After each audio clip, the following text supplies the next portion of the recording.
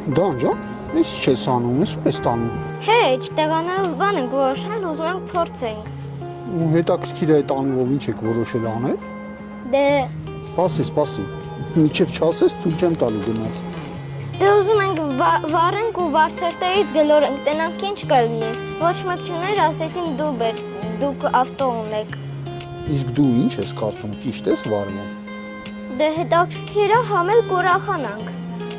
Տես, առաջին հերթին մեքենայի անիվը առանց ինձ հարցնելու վերցնում ես, որ փչացնես։ Դա խաբեություն է եւ գողություն։ Երկրորդն էլ բարձրից որ սա թողնես, հաստատ մեքենաներին ու մարդկանց վնասելու է։ Ու դրա համար քեզ լուրջ պատասխանատվության առաջ են կանգնացնելու։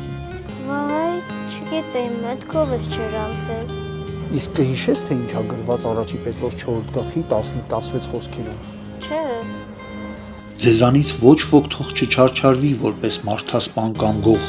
որպես չարագործ կամ որպես ուրիշի գործերին խառնվող, բայց եթե որպես քրիստոնյա չարչարվի, թող չամաչի, որովհետև փառավորում է Աստծուն։